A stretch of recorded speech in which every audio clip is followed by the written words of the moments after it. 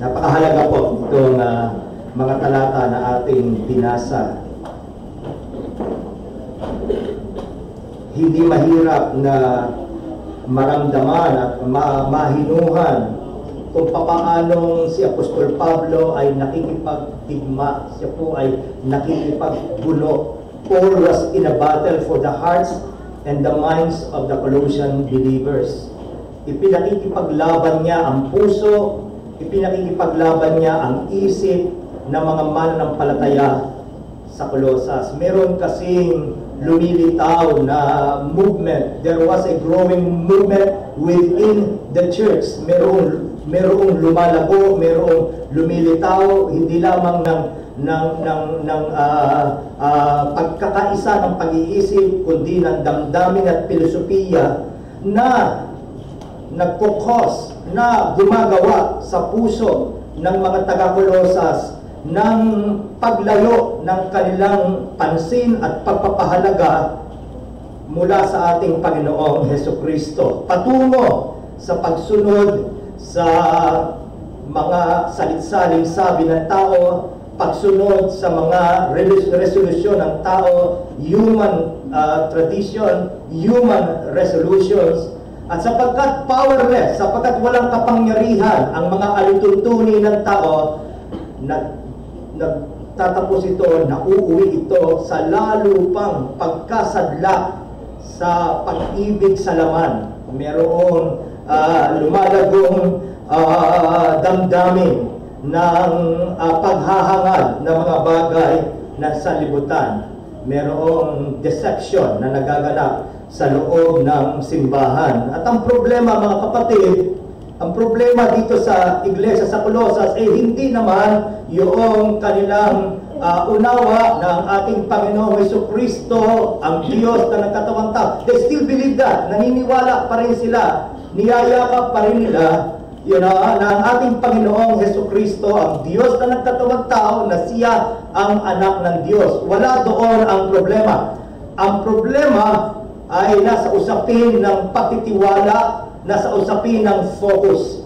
Lumalayo at lumalayo ang kanilang damdamin at pagpapahalaga sa ating Panginoong Hesukristo.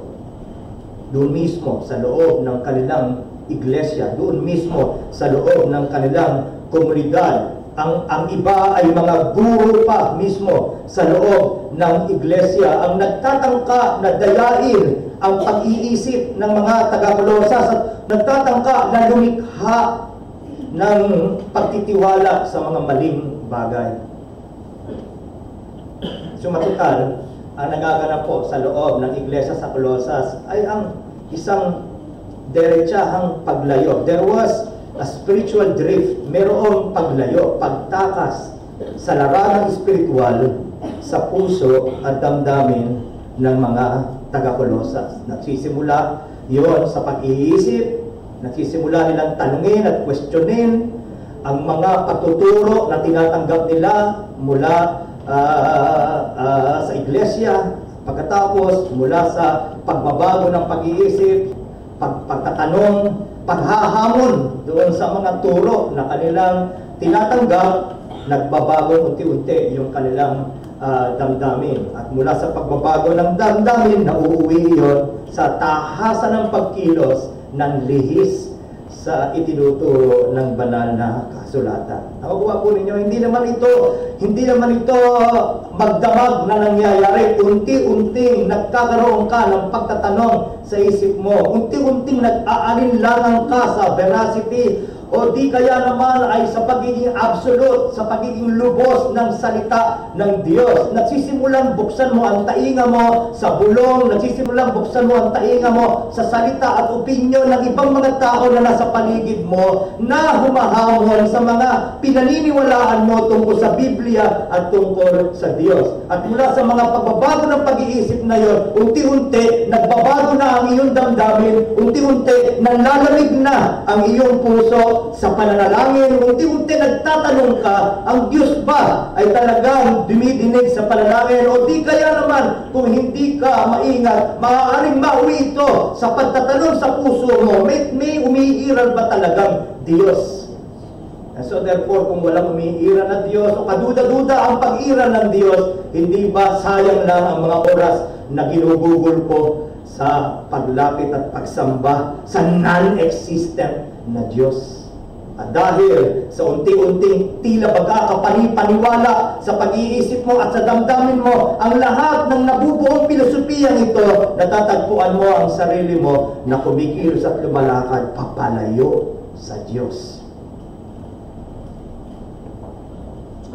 Ang mga talata na ating binasa ay makapangyarihang paalala sa atin na tayo'y husto sa ating Panginoong Hesukristo, na tayo'y pinupuno niya na lubos ang kahustuhan natin sa Kanya. Ulitin ko yung talata na ating binasa sa verse 8, kayo'y magsipag-ingat, baka sa inyo'y may bumihag sa pamamagitan ng kanyang filosofiya at walang kapuluhang pagdaraya ayon sa salit-saling sabi ng mga tao, ayon sa pasimulang aral ng sanlibutan at di ayon kay Kristo, sapagkat sa Kanya ibinalik ni Apostol Pablo ang mga taga-Kolosas. Muli niyong maalala sino si Kristo at sino kayo dahil kayo ay nakakapit sa ating Panginoong Hesukristo. Sino kayo dahil kayo ay nakakakilala sa Kanya, sapagkat sa Kanya tayo, sa Kanya tayo, sa Kanya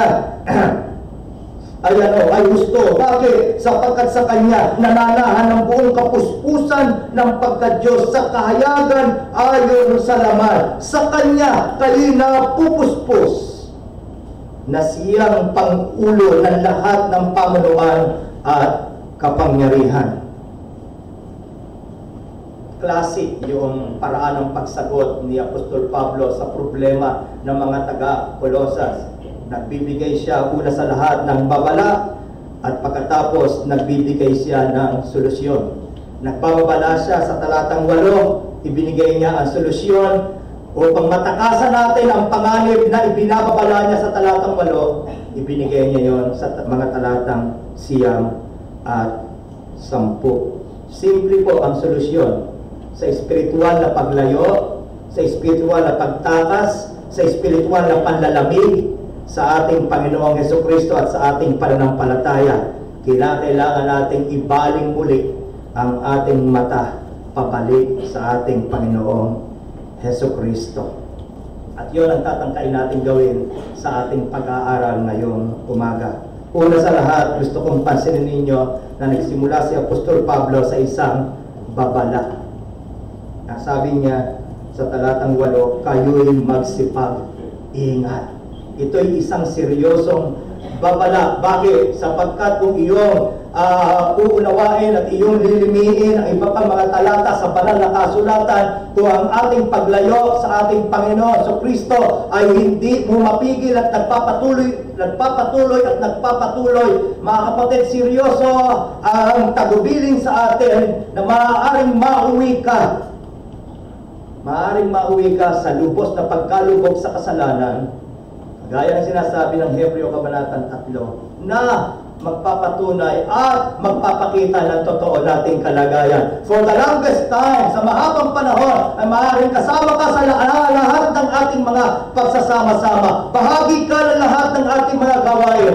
Ngunit, napakalungkot na sa dulo kung mapatunayan mo na kaya pala wala kang panlasa sa Panginoon. Kaya pala kahit paanong gawing pilit mo sa sarili mo, ay hindi mo hinahangad na hanapin ang kanyang mukha, ay sapagkat hindi mo pa nalasahan, hindi mo pa natikman, hindi mo pa totoong naranasan na siya ay mabuti. Well, taste and see that the Lord is good. So there is no craving, there is no desire, there is no thirst and hunger after Christ, because to begin with, you have not tasted His goodness. You have not tasted the beauty. You have not experienced the beauty of His person. So wala kang kukunin, wala kang huhugutin, dahil sa simula pa, walang nalikhang balon sa puso mo kung saan maaari umagos ang tubig ng buhay. Seryoso itong babalang ito. Beware! Watch out! Itong babalang ito ay nagre-require ng vigilance on our part. Napakahalaga na maging mapagmatsyag ka, maging mapagbantay ka. Ito'y babala, at the same time, ito ay utos. Inuutusan tayo ng ating Panginoong Hesukristo sa pamamagitan ni Apostol Pablo. Sa kabilang panig, ipinauunawa niya sa atin, posible kang malayo. Di ba? Kaya may babala, kaya mayroong tagubilin sapagkat posible kang malayo. It is very possible for us to experience spiritual drift. Napaka-posible sa atin ang maranasan ang paglayo sa ating Panginoong Hesukristo. Kaya narito, sinasabihan ka, maging more discerning ka, maging lalo kang sensitibo sa kung ano na nangyayari sa buhay spiritual mo. Bakit? Sapagkat maaari kang maging bihag ng hindi mo alam. Sabi ng talata, uulitin ko, kayo ba si pag-ingat, baka sa inyo'y may bumihag. You may be taken captive unaware. You may be taken captive unwittingly. Hindi mo alam, hindi mo namamalayan, na unti-unti ka na palang dinadalang bihag ng iyong paglayo sa ating Panginoon sa Kristo. Ang hinahanap mo ay kalayaan. Ayaw mo na ikaw ay nahahanggahan ng kanyang mga salita. Sinasabi mo sa sarili mo, ayoko nang may nag-uutos sa akin, ayoko nang may nagpapaalala sa akin, gusto kong gawin ang lahat ng gusto kong gawin. Akala mo, ang hinahanap mo ay kalayaan, ngunit pauwi ka sa lalong pagkabihag, pauwi ka sa isang direksyon na walang kabuluhan. I don't know if you know, kung ilan sa inyo, I would presume na, the likes of Brother Cesar and maybe Sister Rose, alam nyo yung grupong The Monkeys. Amen. Dahil the last time that I asked the staff, hindi nila kilala kung ano yung aking pinagsasabi. Well, hindi ako nabuhay nung panahon nila, pero merong rehash noong kanilang mga palabas noong 80s. Okay? So, merong series ang The Monkeys na inulit noong 80s through MTV. Isa sa mga awit na sumikat nila ay yung I want to be free. I wanna be free like the bluebirds flying by me like the wave. Something like that. Na ang dulo ay ang pagsasabi, gusto kong maging malaya, huwag mong sabihin sa akin na iniibig mo ako, sabihin mo sa akin, you just like me, ayokong talian mo ako, gusto kong gawin ang lahat ng gusto kong gawin, nang walang humahanga sa akin, nang walang naglilimita sa akin. Yan ang theme song ng maraming tao sa panahon natin. I want to be free. Ayoko nang merong magsasabi sa akin, ayoko nang merong maghahanga sa akin, na hindi natin namamalayan na yung nagsasabi sa atin, naghahanga sa atin, ay nagpoprotekta sa atin. Kung merong isang nakapaskel sa isang daan na ang dulo ay bangil, nang bawal kang magpapatuloy, huwag kang magagalit sa naglalagay ng paskel na bawal magpapatuloy, sapagkat kung itutuloy mo ang paglalakbay, ang dulo noon ay kamatayan para sa iyo. Sino magsasabi ng mayroong kumbiksyon na ang isang tao na gumagamit halimbawa ng droga ay totoong malaya? Malaya siyang gawin ang gusto niya. Maaari siyang magdroga sa umaga, magdroga sa gabi, magdroga sa tanghali, para bagang siya ang totoong malaya. Pero alam ninyo, alam ko, hindi siya malaya. Kung meron mang miserableng tao, siya yun. Sa gitna ng tila baga magaan niyang pakiramdam, sa gitna ng tila baga masaya niyang aura, ay ang isang puso na naghahanap ng kahulugan ng buhay. Maaaring wala siyang sinisino, maaaring wala siyang ginagalang, sapagkat siya ay apektado ng kapangyarihan ng droga. Ngunit sa totoo lang, kung meron lang pagkakataon, kung meron lang pwedeng magpalaya sa kanya doon, ang puso niya nagsusumigaw, palayain niyo ko ng tunay na kalayaan. Oh, mga kapatid, hindi natin namamalayan, tayo po ay nagiging alipin sa ating kagustuhang maging malaya.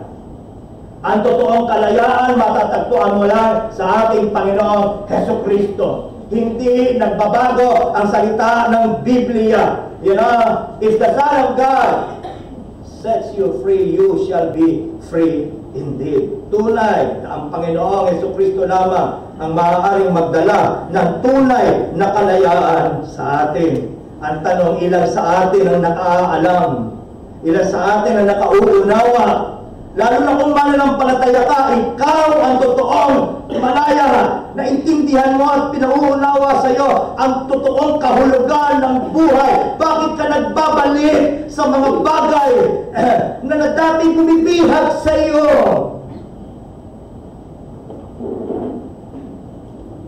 So this is a serious warning to all of us. This warning is not only for the Colossians, this warning is for us. Sapagkat ang kalagayan at pag-iisip, ang damdamin ng mga taga-Colosas ay kagaya rin ng damdamin at kalagayan natin ngayon. Maaari kong sabihin, mas doble-doble pa. Mas lalo natin kailangan ang mga paalalang ito. Posible na tayo malayo, kaya may paalala sa atin.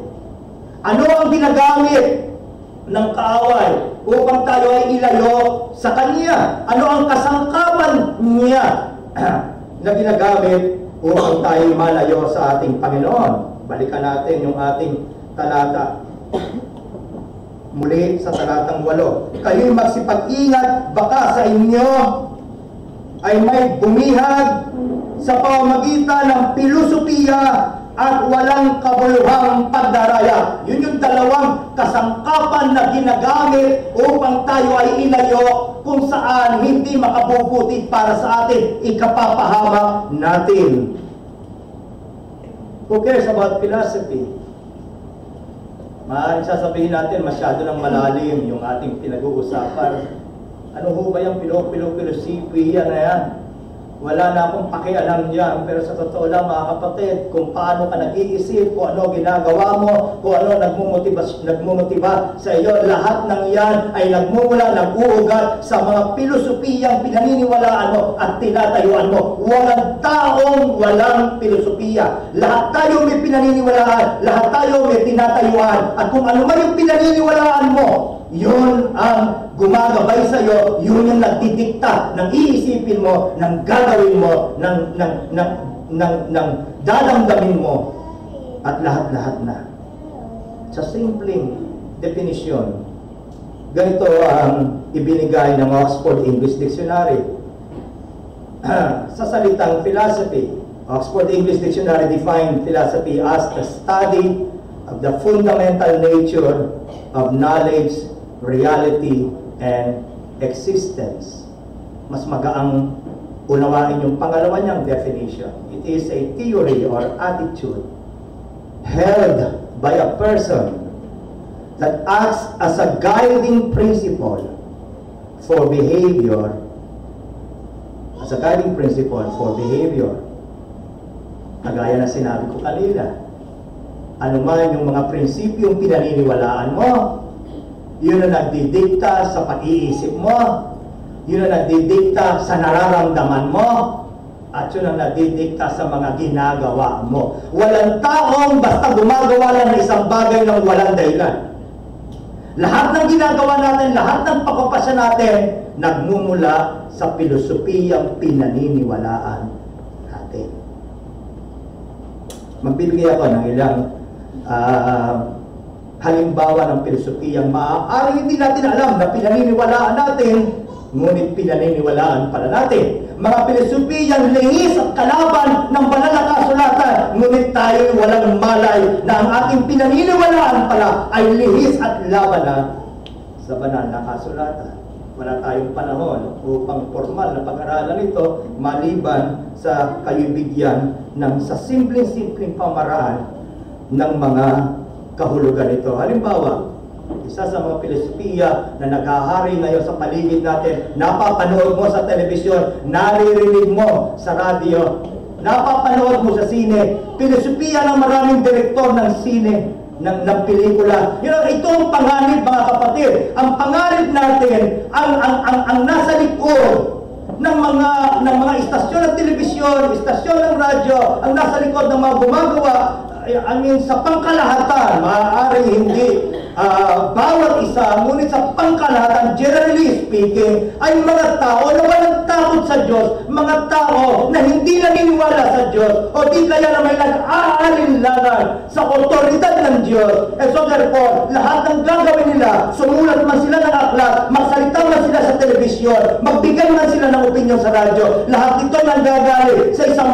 puso na may pakikipag-alik sa Diyos. At tayo ay tila baga hindi nag-iisip at hindi sumasalang mga tagatanggap na lahat ng mga unawa na ito ni hindi natin nagagawa na tignan at silipin kamusta ito sa liwanag ng banal na kasulatan. And so without you knowing it, ini-invite mo na, nagiging bahagi na ng katauhan mo ang mga filosofiyang ito.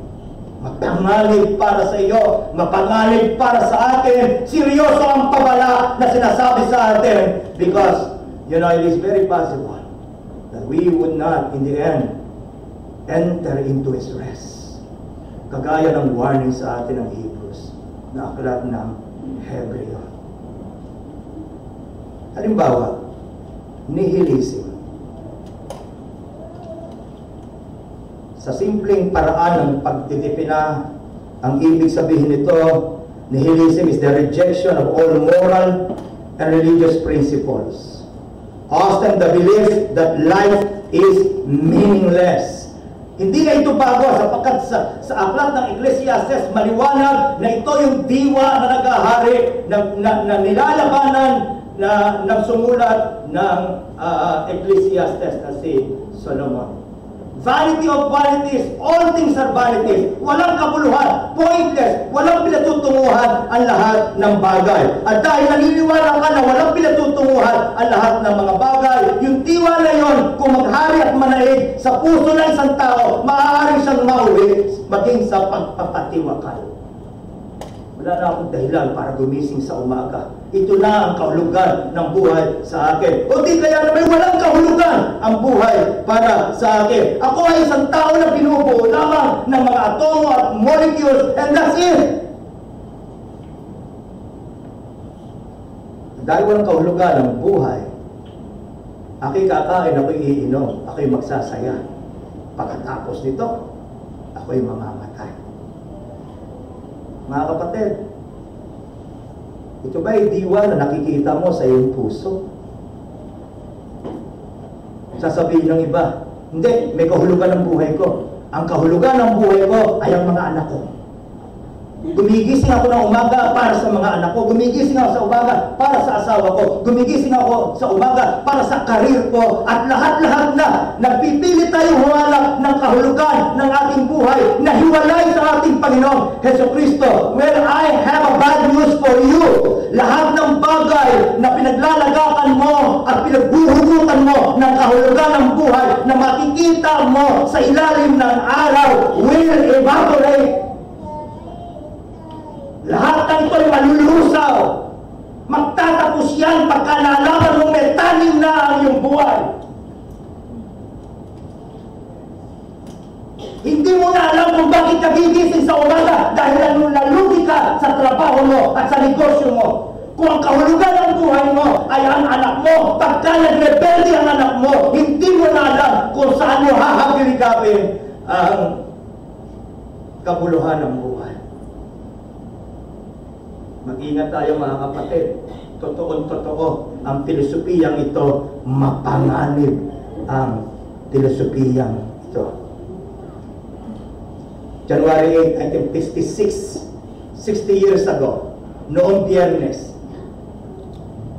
inilala ng maraming mga Kristiyano ang 5 misyonero na namatay sa Ecuador.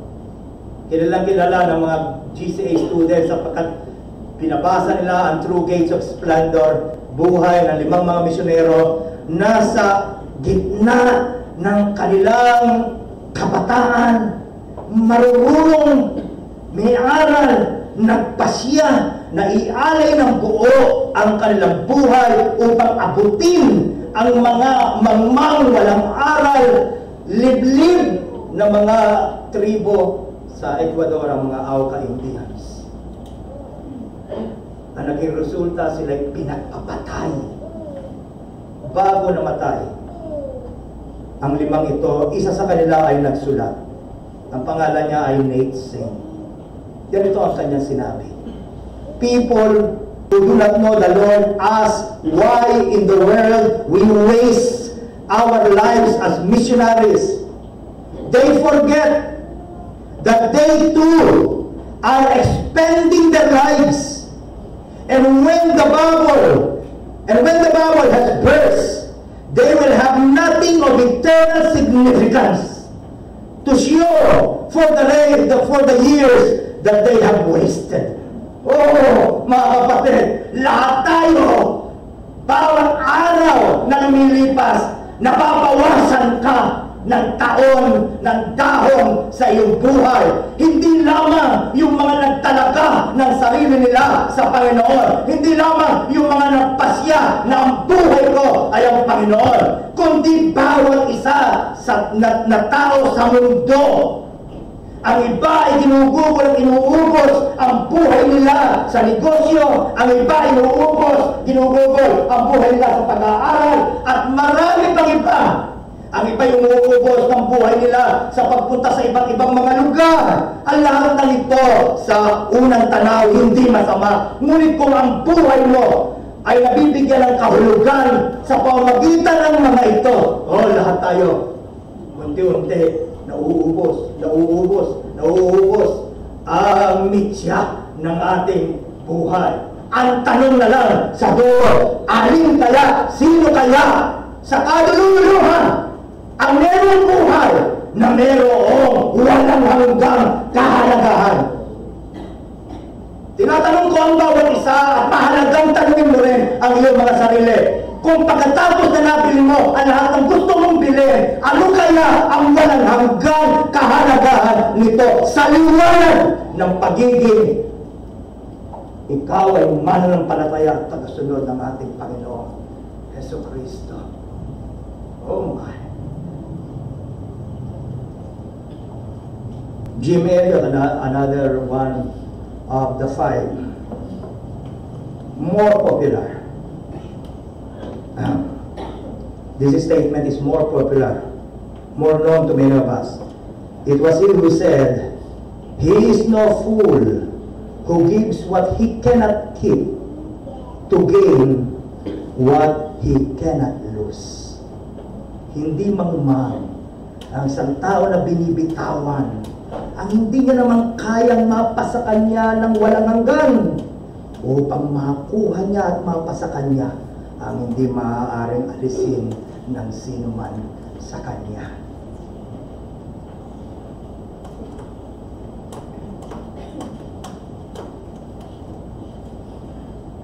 Nauuwi itong pilosopiyang ito sa susunod na pilosopiya, hedonism. Nasilip ko yung Sunday School ni Ma'am Tess. Mukhang isa ito sa kanyang tinatalakay. Sa madaling sabi kung ano ang diwa ng taong naniniwala sa hedonism or someone who is a hedonist. Ano ang pananaw niya? Well, hedonism is behavior based on the belief that pleasure is the most important thing in life. If it feels good, do it. Kung mukhang masarap kainin, kainin mo. Kung saan ka masaya, suportahan ka. Ang mahalaga kung saan ka masaya. Hindi mahalaga kung ano sinasabi ng Diyos, Hindi mahalaga kung anong nais ng Diyos at hinahanap ng Diyos mula sa atin. Walang pakialaman. Kanya-kanyang gustong gawin yan. Kung saan ka masaya, doon ka. Ang malungkot, minsan nakikita mo ito at naririnig mo ito kahit sa mga nagpapakilalang mananampalataya. Mga kapatid, hindi ba tayo sensitibo sa tinuturo ng Biblia na maling sabihin kung saan ka masaya? Hindi lang! Hindi ba dapat tayong pinagmumulan ng mga katotohanan? No! Kung ano ang masaya sa Diyos. Because everything is created, has been created for His pleasure. Siya lumikha at para ultimately, para sa kanyang kaligayahan, nilikha ang lahat ng bagay. At kung mauunawaan lang natin na kung mamumuhay tayo para sa kanyang kaligayahan, nandoon ang totoong kahulugan ng ating pag-iiral bilang tao.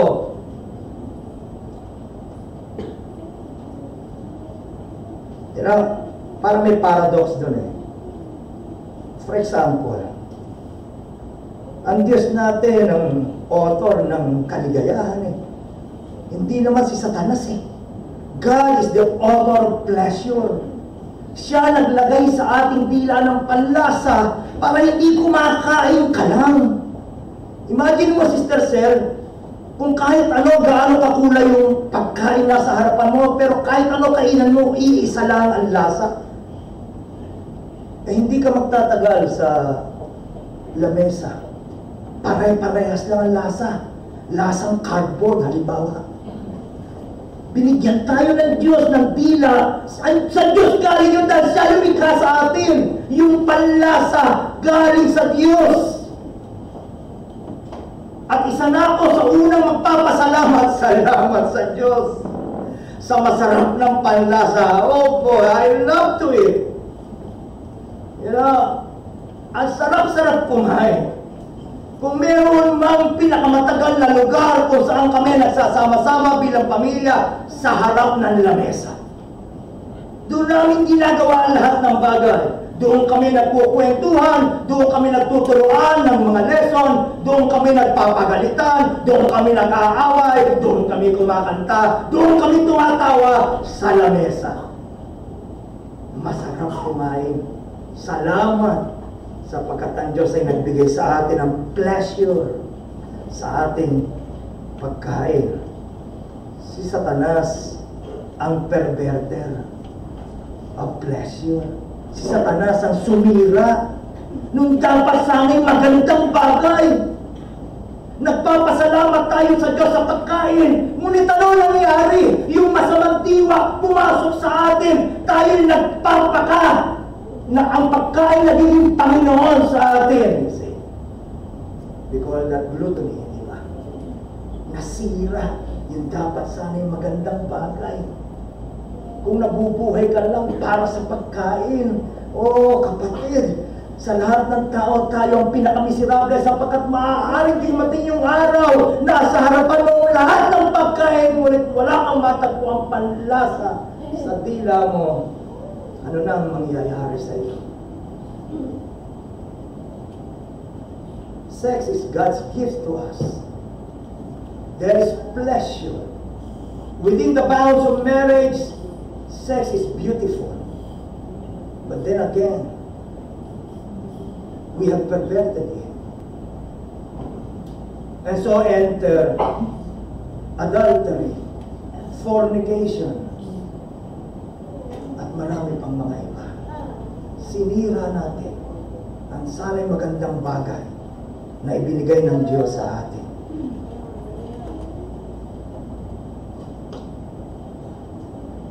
Ang mga pleasures na hinahanap nating mga tao nang hiwalay sa Diyos, yun ang panganib eh. Yung hinahanap mo lahat ng mga ito nang hiwalay sa Diyos, labas sa paggabay ng Diyos, labas sa mga boundaries na nilagay ng Diyos. Palagi kayo pamilyar kayong lahat. Kasi selfie, nahulog. Masama bang mag-selfie? Well, difficult to answer that, but you know, I might as well leave that as that. At that, you know. Pero, you know, hindi na sinilip yung boundary. kinamatay niya. Meron namang isang balita, nalunod. Kinuha ng alon, nalunod, kasi selfie. Oh my. Ang paghahanap ng pleasures ng tao, ng kaligayahan ng tao, ng hiwalay sa Diyos, ay para bagang pagtatangka natin, para bagang pagtatangka ng tao na alisin, tighawin yung uhaw na meron siya sa pamamagitan ng pag-inom ng tubig dagat. Kahit isang drum ng tubig dagat ang inumin mo, hindi maaalis ang uhaw mo. Kung totoo ang pornography ay nagdadala ng satisfaction sa iyo, bakit kinakailangan magpabalik-balik ka diyan? Bakit sa murang gulang ng mga kabataan at dahil na rin sa kawalang pakialam ng mga katandaan na binibigyan niyo ng unlimited access ang ating mga kabataan, nagkakaroon sila ng pagkakataon sa kanilang murang gulang, sa kanilang kawalan kakayaan sa lalim ang mga bagay-bagay. Hindi nila nahuunawaan kung ano na masama at mabuti para sa kanila. Oh mga kapatid, kagaya rin ng droga at maraming ibang bagay pa, walang totoo nagbibigay sa iyo ng kasayahan dahil kahit ayaw mo na, pinabalik-balikan mo pa. Kahit nandidiri ka na, hindi mo matigilan dahil pagka tinigilan mo, para ka nakasakay sa tubibo, mawawalan ka na ng kaligayahan. Kahit hilo-hilo ka na, kahit sumusuka ka na, kinakailangan magpatuloy na umandar ang tubibo dahil pagka huminto, hindi mo na alam kung saan ka magsisimula muli. Oh, brethren,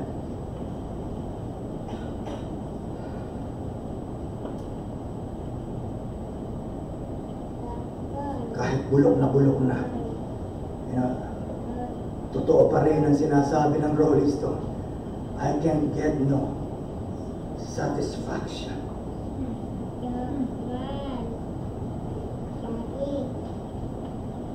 And from there, isang muling filosofiya ang umuugat. Individualism, you see. Individuals are isolated and lonely. Napakalungkot. Sasakay ka sa bus, lahat merong earphone, lahat merong headphone, kanya-kanya ng binabasa, kanya-kanya ng pinanunood, kanya-kanya ng nilalaro. At ang pinakamalungkot sa lahat, kahit sa loob ng tahanan, magkakalapit ngunit hindi nag-uusap. We are individuals in the sea of individuals. Isang malaking kalagatan ng mga taong may kanya-kanyang iniisip, kanya-kanyang ginagawa. Oh mga kapatid, hindi tayo nilikha upang mabuhay sa sarili natin. And that's the purpose of the church. We are a community. We are supposed to exhort one another, encourage one another, help one another. Ngunit nawawala na yon dahil ang diwa na pinapasok sa atin, ang mahalaga yung interest ko lang, ang mahalaga yung mapapakinabangan ko lang, wala akong pakialam kung ano nangyayari sa kanila, hanggang sa sila'y magsabi na rin, wala na rin silang pakialam sa iyo, at ikay nagagalit dahil wala silang pakialam sa iyo. No ikay nakibo, galit ka. No hindi ka na nakibo, galit ka pa rin. Dahil ang mahalaga lang sa atin ay ang ating mga sarili. All the lonely people, pasensya na kayo, medyo puro kanta yata. Eleanor Rigby. Where do they all come from? Sabi ng Rabbi. Saan sila lahat ng galing?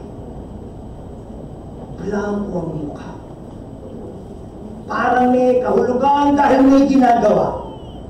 Pero pag tinigil na lahat ng ginagawa, blanco ang mukha. Napakalungkot po. Relativism is the last one. No absolutes. Everything is relative. Kung ano mabuti sa'yo, sige, gawin mo. Huwag mo pakialaman kung ano naman ang pananaw ko. ng simbahan, unti-unti nangyayari yan. Unti-unti, mas galit ang tao sa nagpapaalala ng katotohanan. At mas gustong kaibigan ng tao yung masaya sa ginagawa niyang kamalian. Kung masaya ka sa ginagawa mong kamalian, halika rin magkasama tayo.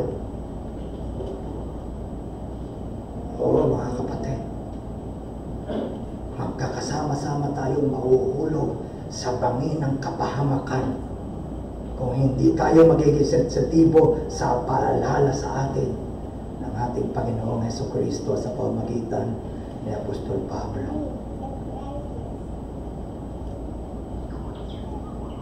Mapakadali natin mapapaniwala ng mga tao nagpapakilala eksperto sa lahat ng bagay. Ang Biblia sinasara at masandang makinig sa kung sino nagpapakilala na siya may aral na ganito, at siya may aral na ganon, na siya may karanasang ganire, at na siya may karanasang gayon. Napakamapanganib, mga kapatid. Kahit ang science ay hindi infallible. Only God has the absolute truth. Tangi ang Diyos ang merong lubos, hindi nagkakamali, hindi nagbabagong katotohanan. Kapatid, mga kapatid, magbalik tayo sa sinasabi ng banal na kasulatan. Lahat ng bagay, padaanin mo sa kung ano naunawaan mo sa kanyang salita. At kung may matagpuan kang sino man at ano man ang pagpapakilala niya sa kanyang sarili, kung ang sinasabi niya, ginagawa niya, lihis sa sinasabi ng banal na kasulatan, maging mabilis ka na tanggihan ang kanyang pananaw sapagkat hindi batay sa katotohanan.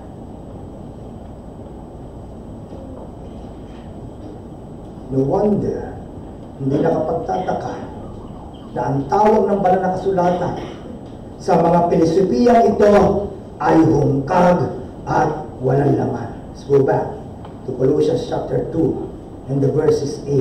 Kayo'y magsipag-ingat, baka sa inyo may bumihag sa pamamagitan ng kanyang pilosopiya at walang kabuluhang pagdaraya. Empty. Deceit. Empty of truth. Empty of moral goodness, empty of life.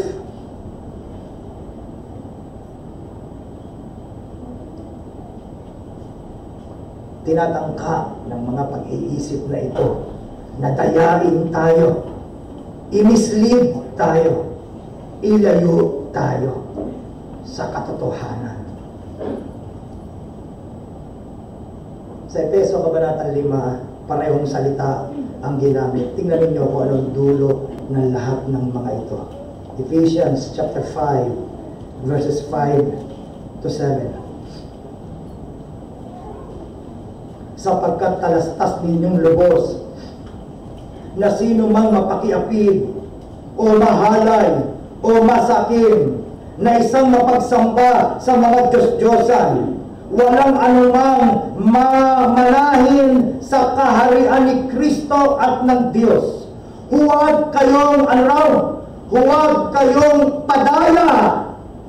Huwag kayong padaya ng sino man ng mga salitang walang kabuluhan, sapagkat dahil sa mga bagay na ito, dumarating ang galit ng Diyos sa mga anak ng pagsuway. Huwag kayong makabahagi sa kanila. Ano dulo?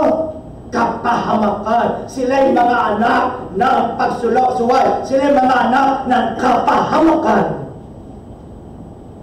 Ano ang dulo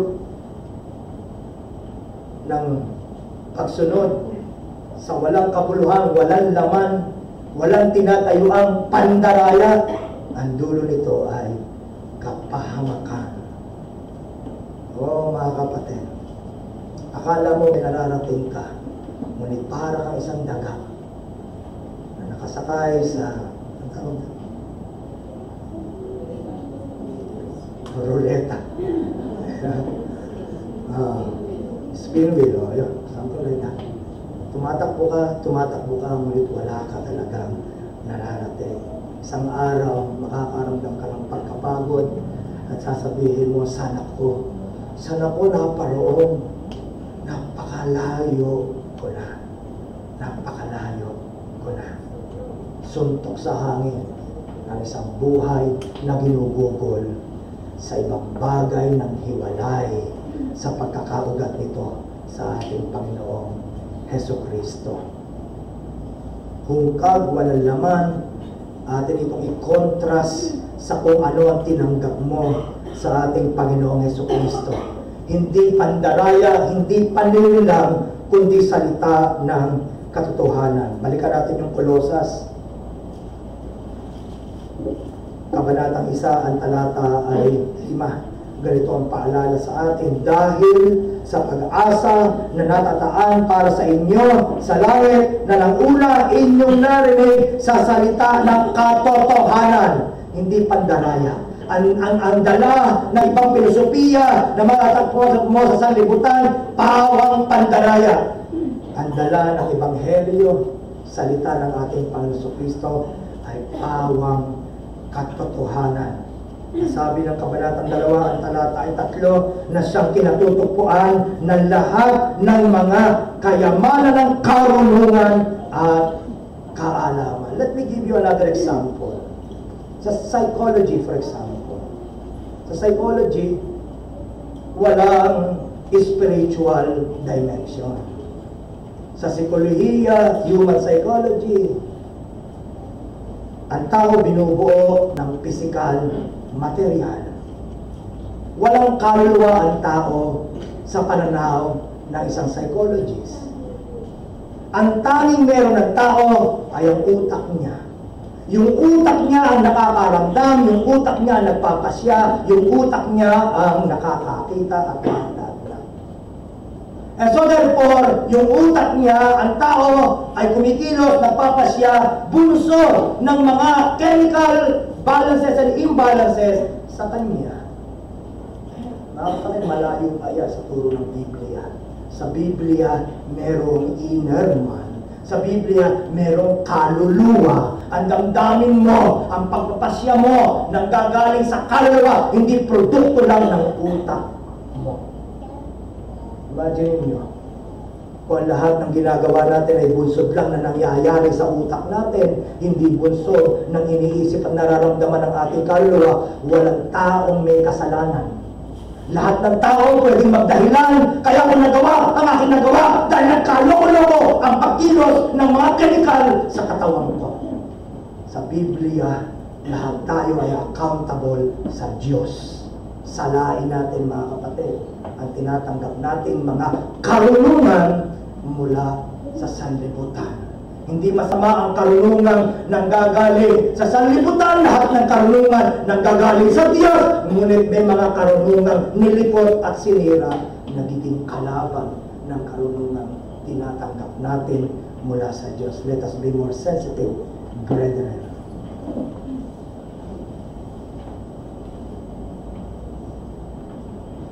Hindi hungkag ang tinatanggap nating kaunawaan at karunungan mula sa ating Panginoong Diyos.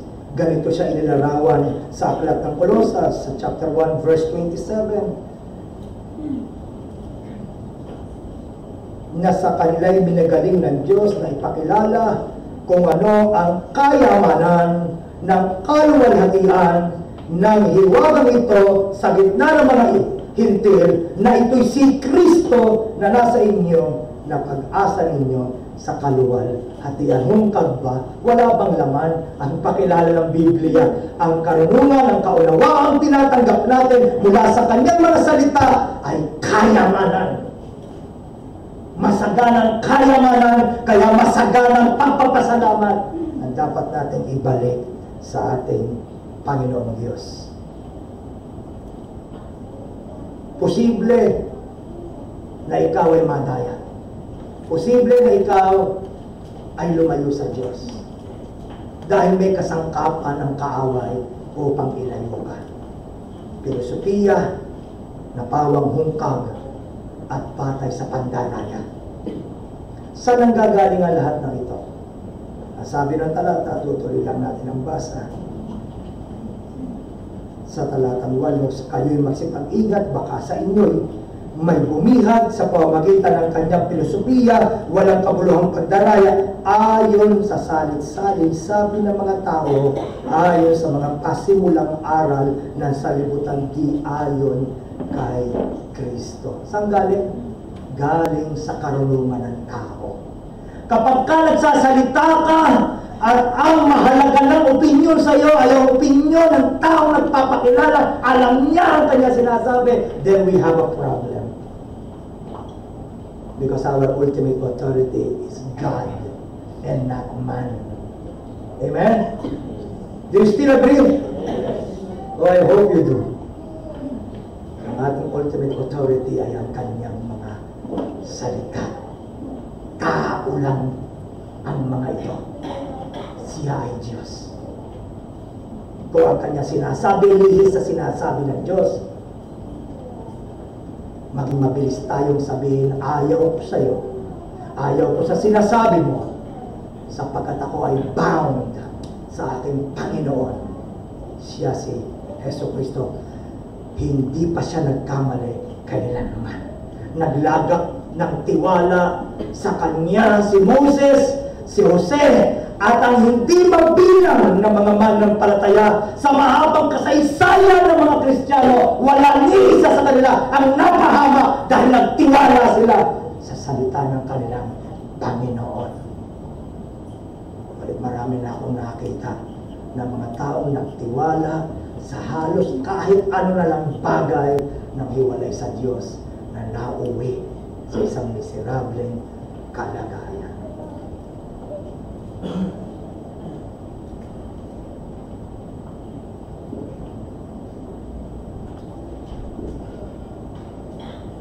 Sa kaduluduluhan, mga kapatid, mapaalalahanan po tayo na sinasabi ng 2 Pedro, Kabanatang 1, ang talata ay 3 at 4. Muli, ang solusyon upang hindi tayo maligaw, hindi tayo mailayo, hindi tayo unti-unting mahatak palayo sa ating masarap na kaugnayan sa ating Panginoon, ay ang ibaling muli ang iyong mata sa Kanya. Ang paalala ng 2 Pedro na siyang iiwan ko sa inyo ay ganito. 2 Peter chapter 1 and the verses 3 and 4. Yamang ipinagkaloob sa atin ng kanyang banal na kapangyarihan ang lahat ng mga bagay na nauukol sa kabuhayan at sa kabanalan, walang kulang. Kung ang kailangan mo malaman ay tungkol sa buhay mo, kung paano ka mamumuhay sa mundong ito, ibinigay sa atin ang lahat ng kaalaman tungkol diyan. Muli, yamang ipinagkaloob sa atin. Sa wika English, let me read in English. According as this divine power had given unto us all things that pertain unto life and godliness, through the knowledge of Him that had called us to glory and virtue. Oh, brethren, we are heaven-bound. Manlalakbay ka, kapatid, huwag kang pumirmis. Manlalakbay ka, travel light. You are on a journey. This is not your home. This is not your home. And sooner or later, you would realize that yourself, that this is not our home. Therefore, ang paalala sa atin, verse 4, whereby are given unto us exceeding great and precious promises, that by this ye might be partakers of the divine nature, having escaped the corruption that is in the world through lust. Growing grace, brethren, as the very same author of St. Peter reminds us, and in the knowledge of our Lord Jesus Christ. You have everything to gain and nothing to lose. If you begin to refocus your attention back to Him who really deserves it. Let us place our complete and absolute trust on Him who is able to carry us through. Shall we all stand?